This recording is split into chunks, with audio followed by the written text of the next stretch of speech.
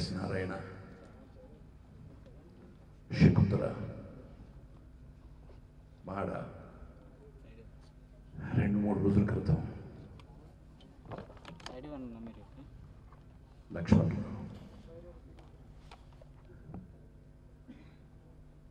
లక్ష్మణరావు చాలా తక్కువ టైంలో 10 ఇయర్స్లో ఆయన ఎంతో పాపులర్ అయ్యాడు. కొండవలస అనగానే ఒక క్యారెక్టర్, అతనికి ఒక మేనరిజం. అలాంటి వాడు నటించిన చివరి చిత్రం ఇలుక మజాక. అతని ఆత్మశాంతి కోసం ఒక 2 నిమిషాలు లేచి గౌరవించు.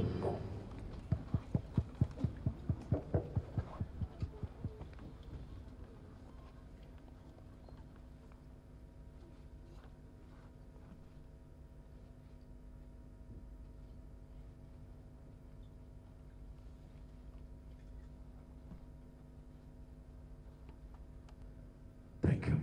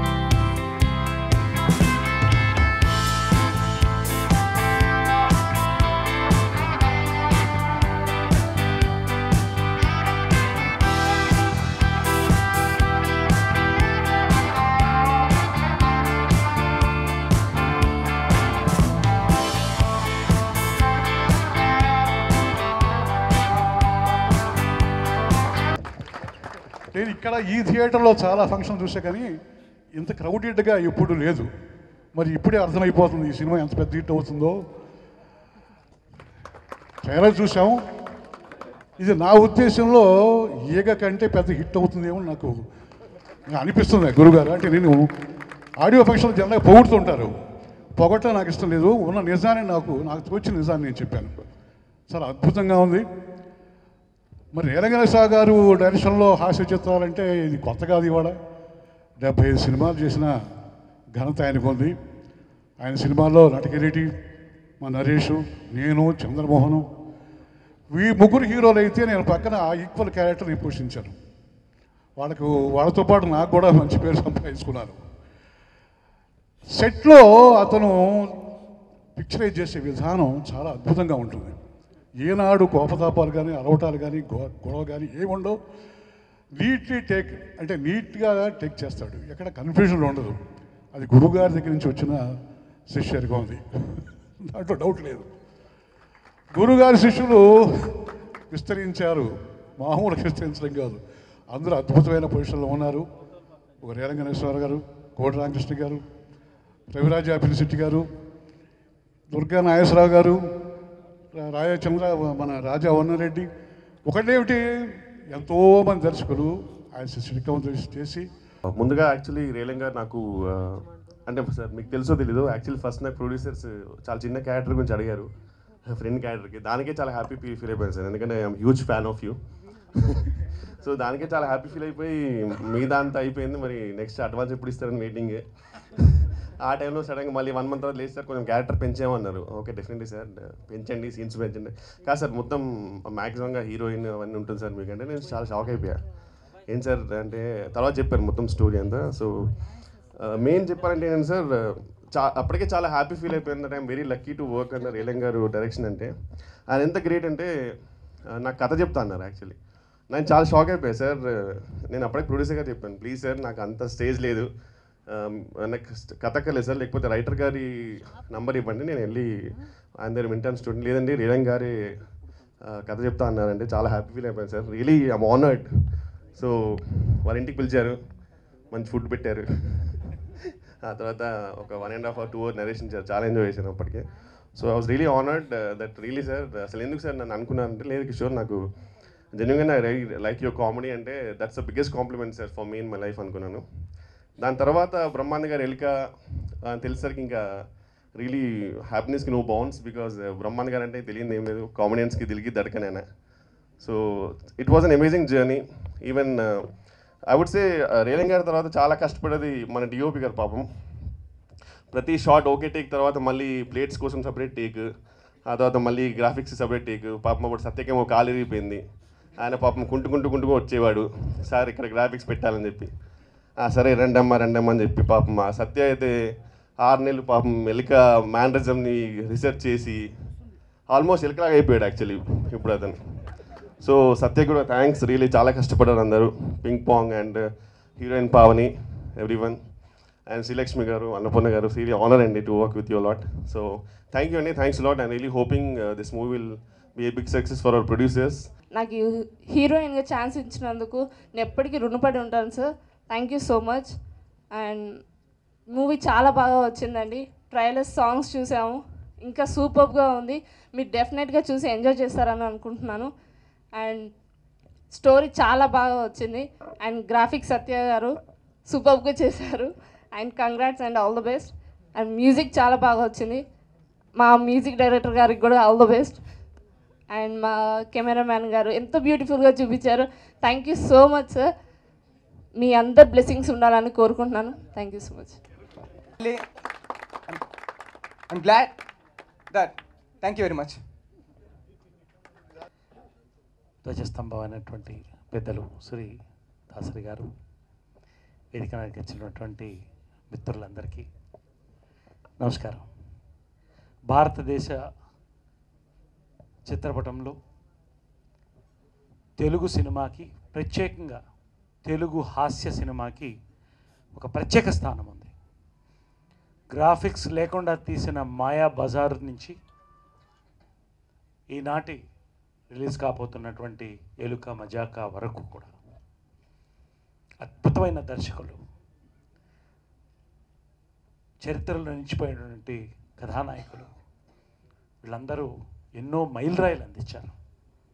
పెద్దలు స్వర్గీయులు శ్రీ నందమూరి తారక రామారావు గారి దగ్గర నుంచి, నాగేశ్వరరావు గారి దగ్గర నుంచి, చలం గారి దగ్గర నుంచి, చంద్రమోహన్ గారి దగ్గర నుంచి,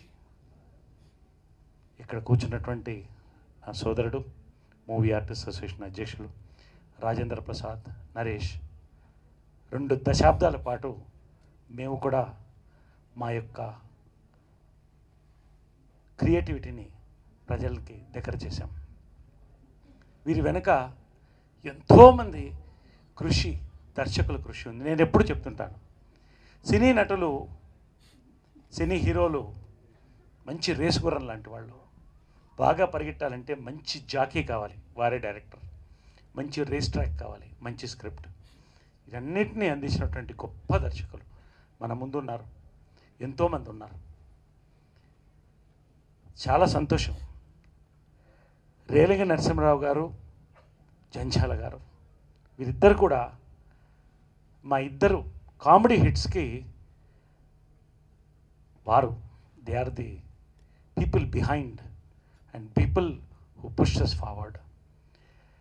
రేలింగ నరసింహరావు గారు, నా స్టార్డమ్ నిజంగా స్టార్ట్ అయిందంటే పోలీస్ భార్యతో స్టార్ట్ అయింది. ఆయన లైఫ్లో మర్చిపోలేను నేను.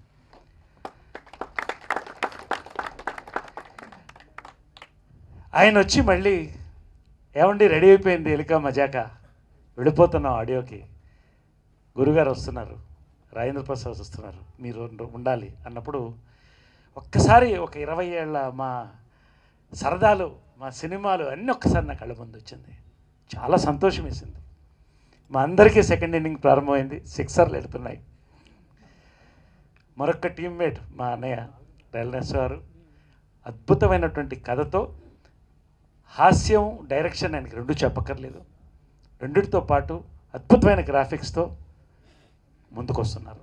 చరిత్రలో ఎప్పుడు కూడా యానిమల్స్ని పెట్టి తీసిన సినిమాలు ఎప్పుడు హిట్. ఏనుగుల దగ్గర నుంచి, కోతుల దగ్గర నుంచి, కుక్కల దగ్గర నుంచి, ఈగ వరకు. ఎలుకకి మన పురాణాల్లో ఒక స్థానం ఉంది, మన ఇంట్లో కూడా స్థానం ఉంది, మన మనసుల్లో కూడా స్థానం ఉంది. భయం వేస్తుంది ఒకసారి. అటువంటి కాన్సెప్ట్ తీసుకొచ్చారు. ఈ సంవత్సరం అద్భుతమైనటువంటి సంవత్సరం. నేను చెప్పాను, ఇది అసలు సిసలైన దీపావళి తెలుగు పరిశ్రమకని. బాహుబలి దగ్గర నుంచి భలే భలే మగాడివే వరకు, శ్రీమంతుడి నుంచి సినిమా చూపిస్తాం అమ్మ వరకు వరుస విజయాలు అందుకుంటున్నాం. మరొక విజయం ఖచ్చితంగా ఎలుక మజాక. ముందు నేను మాట్లాడాల్సింది నీకంటే ముందు అన్నీ చెప్పేసావు సన్నాసి. సగం చెప్పి సగం నాకు వదిలి ఉండొచ్చు కదా. ఇవాళ ఎలుక మజాక ఆడియో ఫంక్షన్ సందర్భంగా ఒక ఫ్యామిలీ ఆడియో సందర్భంగా ఆడియో పోయింది. అదే అదే చెప్పండి రా. ఈ ఎలుకేదో ఉండి ఉంటుంది ఇందులో, ఇక్కడే ఎక్కడో. జాగ్రత్త కూర్చో.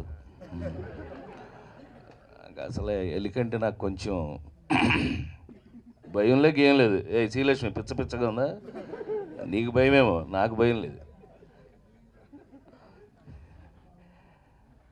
ఈ సందర్భంగా ఒక ఫ్యామిలీ ఇక్కడ నిజంగా ఇది ఫ్యామిలీ ఫంక్షన్ లాగా జరిగింది. ఫ్యామిలీ ఫంక్షన్ ఎందుకంటే అలా పెద్దవాళ్ళని కూర్చోబెట్టుకుని మనం అందరం కలిసి పండగలు చేసుకుంటాం జనరల్గా ఇంట్లో. అలా ఉంది ఇవాళ. మీ అందరికీ ఒక విషయం చెప్తే మీరందరూ ఆశ్చర్యపోద్దండి. జనరల్గా ఇందాక అన్నయ్య గిరిబాబు అనే చెప్తూ ఆయన శిష్యులు పలానా పలానా లిస్ట్ అన్నా. ఏమి లిస్టు? ప్రపంచంలో ఒక గురువు గారికి సినిమా, పర్టికులర్గా సినిమా దర్శకుడికి 100 మందికి పైగా శిష్యులు, సక్సెస్ అయిన డైరెక్టర్స్ ఉన్న ఒకే ఒక గురువు ఆయన. నాకు తెలుసు ప్రపంచంలో ఎక్కడా లేదు, నాకు తెలుసు ప్రపంచంలో ఎక్కడా లేదు. అలా అలా అంత అద్భుతంగా. మరి ఆయన వచ్చి కూర్చోండి, ఎందుకు కూర్చోరు ఆయన? He sits always with proud. నాకు తెలుసు ఆయన ఆయన ఆయన ఫంక్షన్ కన్నా చాలా ఆనందంగా ఫీల్ అవుతారని నాకు తెలుసు. ఆయన వెనకాల మాతో మాట్లాడుతుంటారు కాబట్టి. సో వారి ఆశీస్సులతో అల్లుడుగా, మామ అల్లుడు కాబట్టి మేము ఆయనకి బాగా ఇష్టమైన జంటలో ఎవరయ్యానంటే రాజేంద్ర ప్రసాద్, రేలంగేశ్వరరావు. ఎందుకని ఏమంటే డైరెక్టర్ గారి ఫంక్షన్ అదే జరుగుతుందండి. నేను చెప్పేది మీకోసం, నేను వచ్చిందే మీకోసం. మా మామయ్య గారికి బాగా ఇష్టమైన జంట. జంట అంటే ఎప్పుడు హీరో డైరెక్టర్ ఈజే జంట ఉండండి, అది ఒప్పుకోవాలి. ఎదురిని 3 పక్కన పెళ్ళాలి. మా మామయ్య గారికి మీ ఇద్దరం అంటే ఎంత ఇష్టమో అని అంటే మా ఇద్దరిని పెట్టి మామ అల్లుడు సినిమా తీశారు ఆయన. దాంట్లో నన్ను పెట్టుకొని లేకపోతే లేదు అని అంటే మేము ఆయన్నే పెట్టేసి అసలు మామ అల్లుడు తీసి ఒక అద్భుతమైనటువంటి, ఆ రోజుల్లో నాకు తెలుసు ఒక మంచి హిట్. ఆ రోజుల్లో ఒక అద్భుతమైన నరి అంటే నరేష్ చెప్పినట్టు ఇందాక మేము జంజాల గారికి, రేలంగి నరసింహరావు గారికి చాలా అవసరమైన హీరోల్లో మేము ఇద్దరంగా ఉన్నాం. అప్పుడు ఎక్కువ ట్రావెల్ చేయటం, క్షమించాలి మేమే అని కాదు, చాలామంది చేశారు. కానీ మీకు ఇప్పుడు గుర్తుండే మాత్రం కేవలం మా ఇద్దరు సినిమాలు అని నేను ఇంత ధైర్యంగా చెప్పగలుగుతున్నాను. రేలంగి నరసింహారావు గారు 75 సినిమాలు చేశారు. డైమండ్ జూబ్లీ అందులో 35 నేనే చేశాను. దాన్ని బట్టి మీరు అర్థం చేసుకోవచ్చు నేను ఎంతవరకు ఆయనతో ట్రావెల్ అయ్యాను అనంటే. అంటే ఆయనకి ఇష్టమైన ఒక జోడీ అనంటే దాన్ని బట్టి అర్థం చేసుకోవచ్చు. అట్లాగే నరేష్ చెప్పినట్టుగా జంజాల్ గారు ఇద్దరు కలిపి వీళ్ళిద్దరూ ఒకేసారి గుండు కొట్టుకొచ్చారు నా దగ్గరికి. జంజాల్ గారును ఈయన ఏంటంటే కామెడీ అనేది జోడు గుళ్ళ పిస్తోల్ లాంటిది అన్నాడు ఆయన. అసలు ఫర్ యువర్ కైండ్ ఇన్ఫర్మేషన్, నాకు తెలిసి గుండె మీద చేసుకు చెప్తున్నాను, సినిమా ఇండస్ట్రీలో 37 సంవత్సరాలు ఇంతవరకు ఉన్నాను అనంటే కేవలం నేను, అందరూ అడుగుతుంటారు ఏంటంటే మన వయసు ఎవరికి చెప్పకూడదు బట్ తప్పదు, 59 సంవత్సరాలు ఉన్న నాకు ఇంత ఫ్రెష్గా ఉన్నాను. ఇవాళ ఫస్ట్ టైం డెలిబరేట్గా చెప్తున్నా. కారణం ఏంటంటే నేను ఇంత ఫ్రెష్గా ఆరోగ్యంగా ఉండడానికి కారణమే వీళ్ళ సినిమాల్లో నటించడం వల్లే. కేవలం ఆ సినిమాలన్నిటిలోనూ 30 రోజుల మరి ముఖ్యంగా ఒక్కొక్కసారి ఎదురుని 3 పక్కన పెళ్ళామైతే మరి 18 రోజుల్లో తీస్తాం. ఒకసారి తిరుపతి వెళ్తే ఒక సందండి ఏంటంటే సినిమా అంతా అక్కడే అయిపోద్ది. సినిమా ఎక్కడ తీసామనేది ఇంపార్టెంట్ కానే కాదు. ఇండియాలో ఉన్న దర్శకుల్లో అతి పెద్ద స్క్రీన్ ప్లే రైటర్స్లో రేలంగి నరసింహరావు గారు ఒకరు నాకు తెలుసు. అంత అంటే ఇది టెక్నిక్ చెప్పాలి అని అంటే మామూలు ఆడియన్స్కి ఏంటండి స్క్రీన్ ప్లే అంటే మనకి తెలియదు అని అనుకుంటే కనుక, ఒకవేళ సినిమా ఫెయిల్యూర్ అయినా కూడా రేలంగి నరసింహరావు తీసిన సినిమా బోర్ కొట్టదు. Cinema success failures are different, దానికి కన్నుడు అనేక కారణాలు ఉంటాయి, అది వేరే విషయం. కానీ ఏ సినిమా కూడా తను తీసిన సినిమా బోర్ కొట్టదు అని నా ఉద్దేశం. నేను అన్నారు గ్యాప్లు ఇవన్నీ సినిమా ఇండస్ట్రీలో ఎక్కడైనా ఉంటాయి, కానీ ఎప్పుడు తీసినా అదే విషయంతో అంత రేలంగి నరసింహరావు గారి గురించి ఒక అద్భుతమైన విషయం చెప్పాలి. నేను ఒక ప్రొడ్యూసర్స్ డైరెక్టర్ అని తెలుగు సినిమా ఇండస్ట్రీలో ఎవరైనా ఉంటే ఒకే ఒక రేలంగి నరసింహరావు గారు. మాయరు సరదాగా చెప్తాను, మీ ముందు ధైర్యంగా చెప్తున్నాను. 50 మంది జూనియర్ ఆర్టిస్టులని నేను రాసిస్తే పొరపాటున మధ్యలో ప్రొడ్యూసర్ కొంచెం మనసు పెద్ద ఆయన 100 మందిని పిలిచాడు, ఈయన గొడవ పెట్టుకున్నాడు. అయితే నేను 50 పిలిస్తే మీరు 100 ఎందుకు పిలిచారు వాళ్ళని అనవసరంగా, ముందు అర్జున్ పంపించండి. అంత అద్భుతమైనటువంటి వాళ్ళ నాకు చెప్పవలసిన బాధ్యత ఉంది. అందుకని గ్యాపులు ఇవన్నీ ఏ మూలకు పనికొస్తాయి, కానీ ఎప్పటికీ మీరు సినిమాలు చేస్తూనే ఉంటారు, చేస్తూనే ఉండాలని మనస్ఫూర్తిగా నేను కోరుకుంటున్నాను.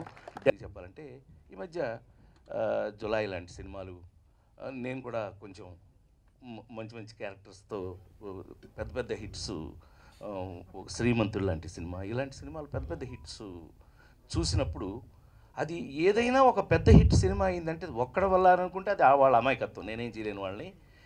అనేక సినిమాల్లో అనేక రకమైన పాత్రలు వేసేటప్పుడు నేను వెన్నెల కిషోర్తో పాటు ట్రావెల్ చేయటం జరిగింది. నిజంగా ఎందుకు లెగిసాడు అంటే it is the affection that he has on మీ.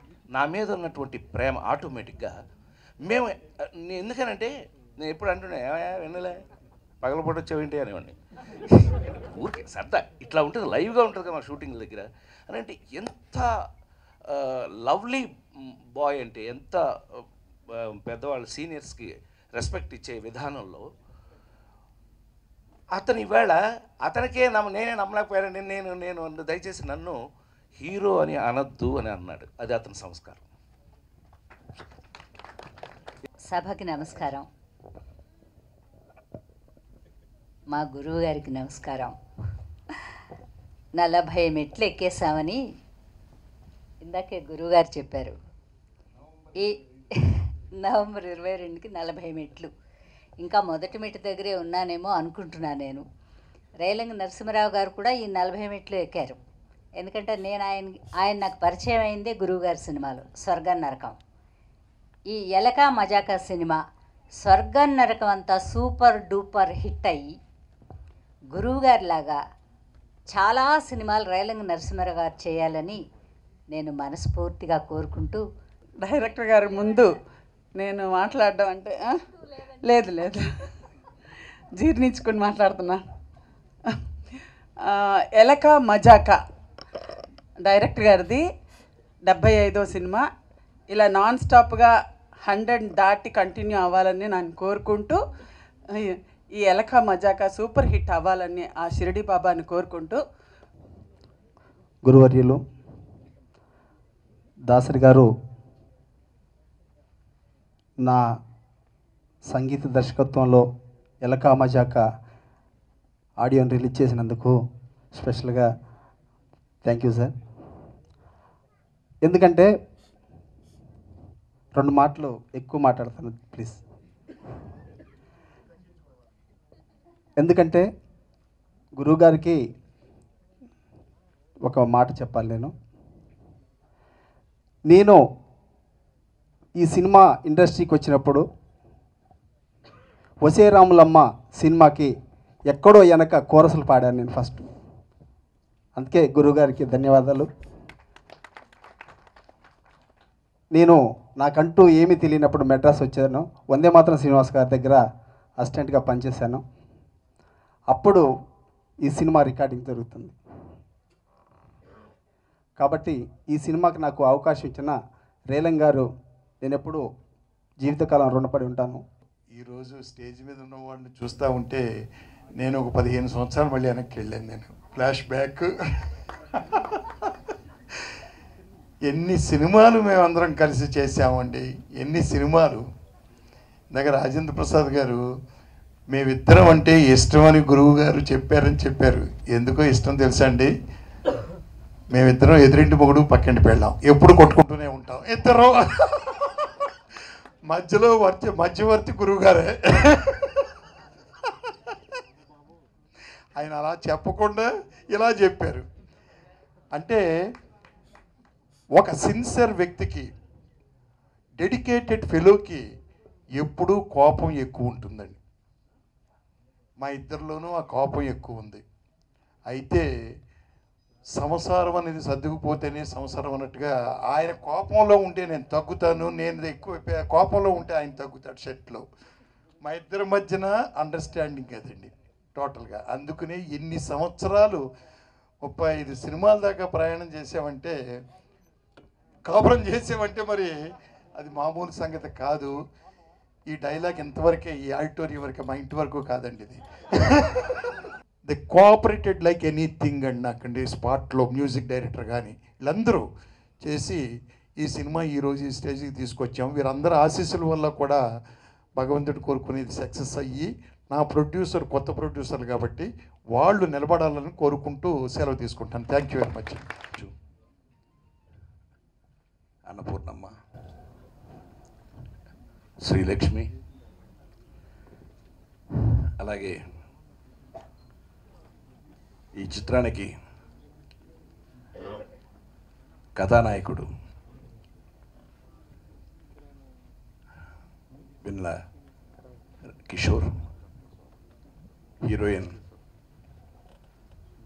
ఆమె పేరు ఏం చెప్పారు, పావని, అలాగే సంగీత దర్శకుడు బల్లిపల్లి మోహన్, నిర్మాతలు శ్రీనివాసరావు, నరసింహారావు.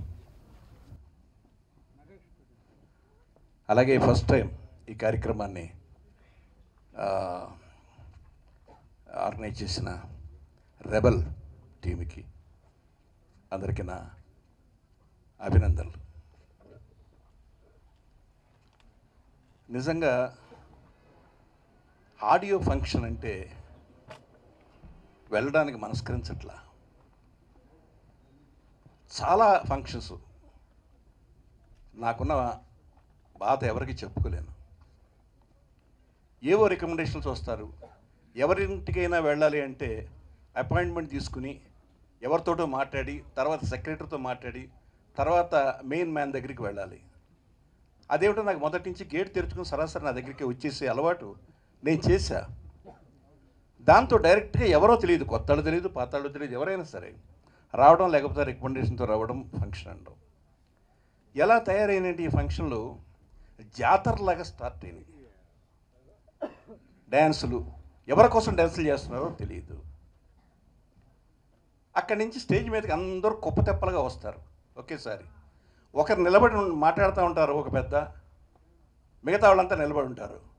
మళ్ళీ ఆ మైకు చిన్నాయనకి ఇస్తారు, పెద్దవాళ్ళందరూ చేతులు కొట్టి నిలబడి ఉంటారు. ఏంటి కర్మ? What is that function? మనం ఎక్కడో ఫంక్షన్స్ చూసి, ఆస్కార్ ఫంక్షన్ చూసి ఇలా ఉంటాయని, ఆస్కార్ ఫంక్షన్లో ఇచ్చేవాడు ఒకడే ఉంటాడు, తీసుకునేవాడు ఒకడే ఉంటాడు. మాట్లాడేది థ్యాంక్స్ ఫర్ దిస్ అవార్డ్ అంటారు, అంతే. గంటల గంటలు మాట్లాడరు. పులిని చూసి నక్క వాత పెట్టుకున్నట్టుగా ఈ ఫంక్షన్స్ అనేది తయారైన తర్వాత నిజంగా నేను వెళ్ళడం మానేశాను.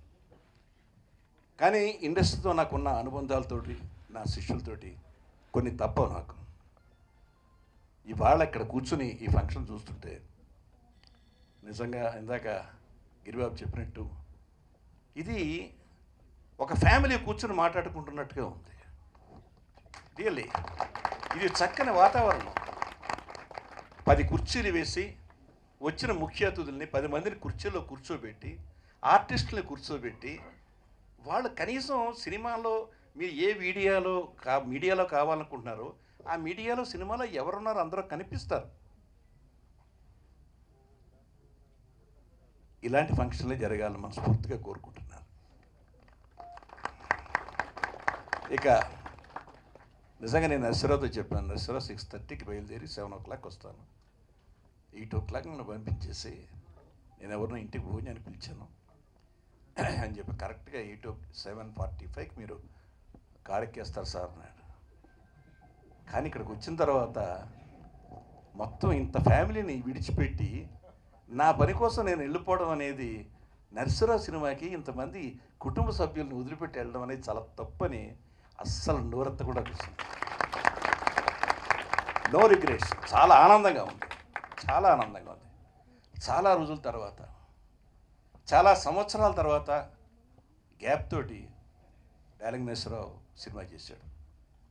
గ్యాప్ అంటే తనకు వచ్చిన గ్యాప్ కాదు. నిజంగా నాకు తెలుసు, నరసింహరావు దగ్గరికి ఎవరు అప్రోచ్ అయినా ఏ సినిమా తీయాలనుకున్నా నా దగ్గరికి వచ్చి చెప్పకుండా ఉండడు. మీకు తెలుసు నాకు చాలా ఆత్మీయుడైన శిష్యుడని. అతనే వద్దనుకునే చాలా ఉన్నాయి. ఎందుకంటే భయం వేస్తుంది, చిన్న సినిమా ఎవరితో నా స్టార్ట్ చేయించాలంటే అది ఎక్కడ ఆగిపోతుందో తెలియదు.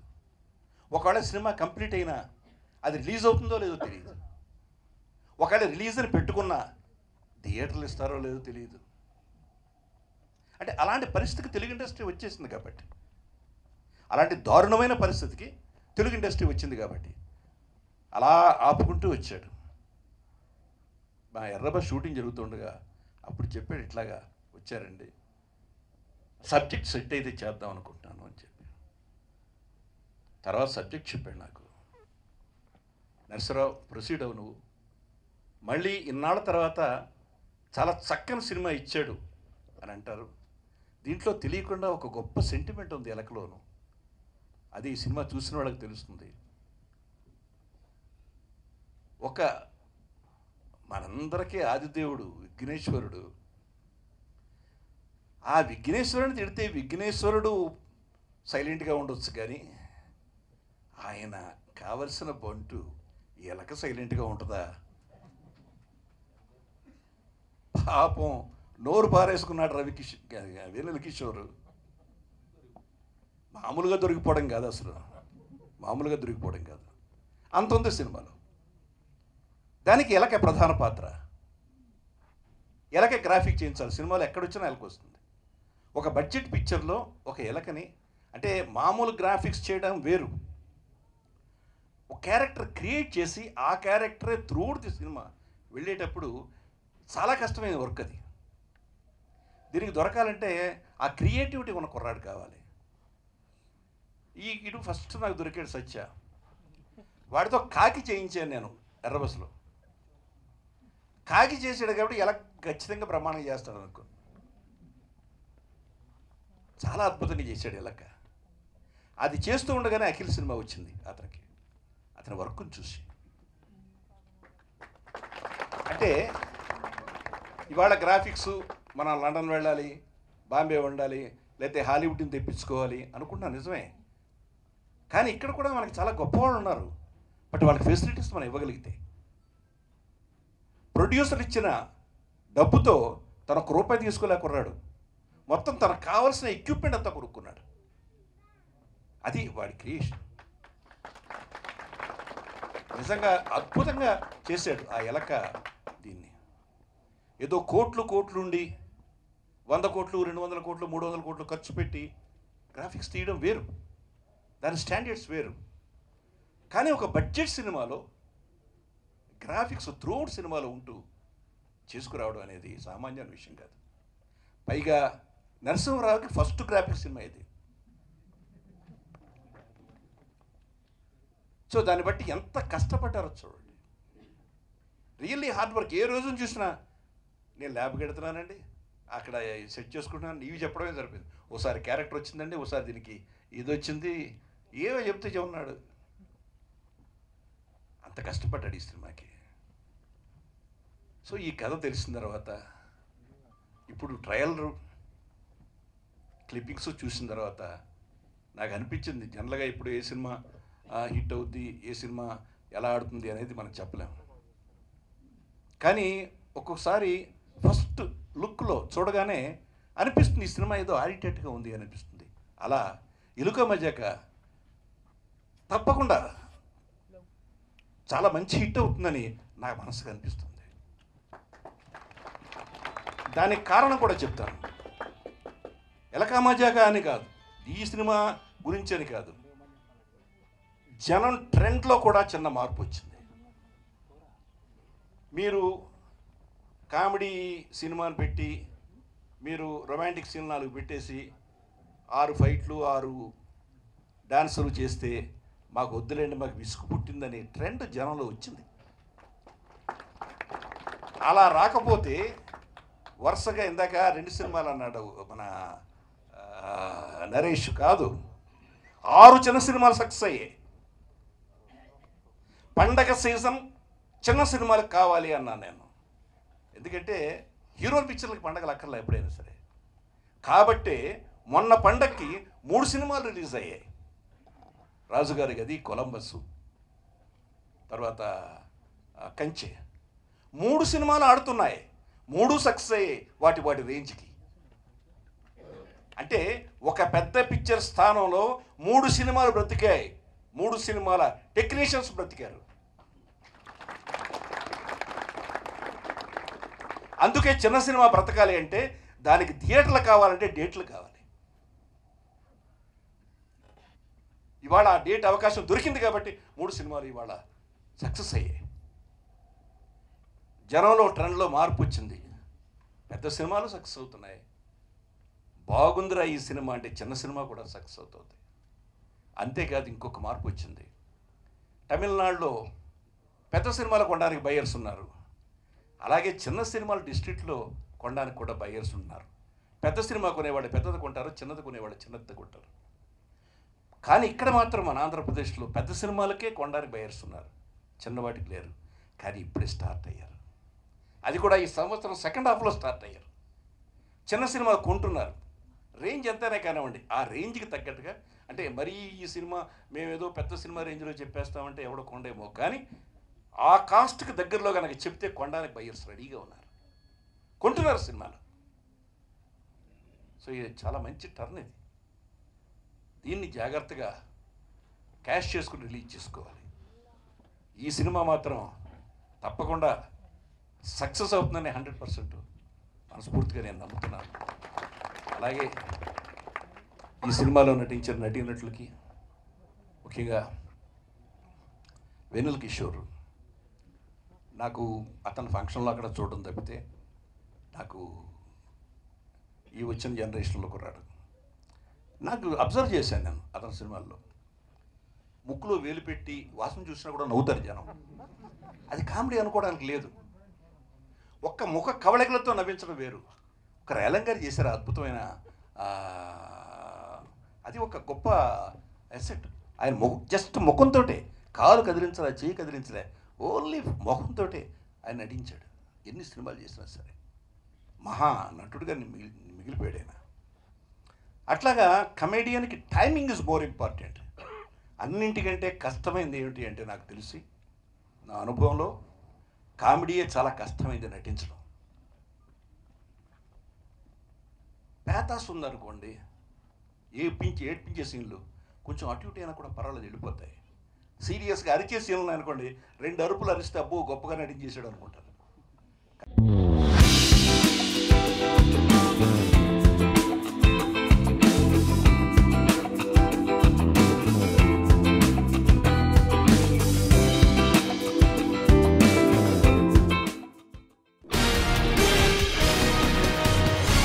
you.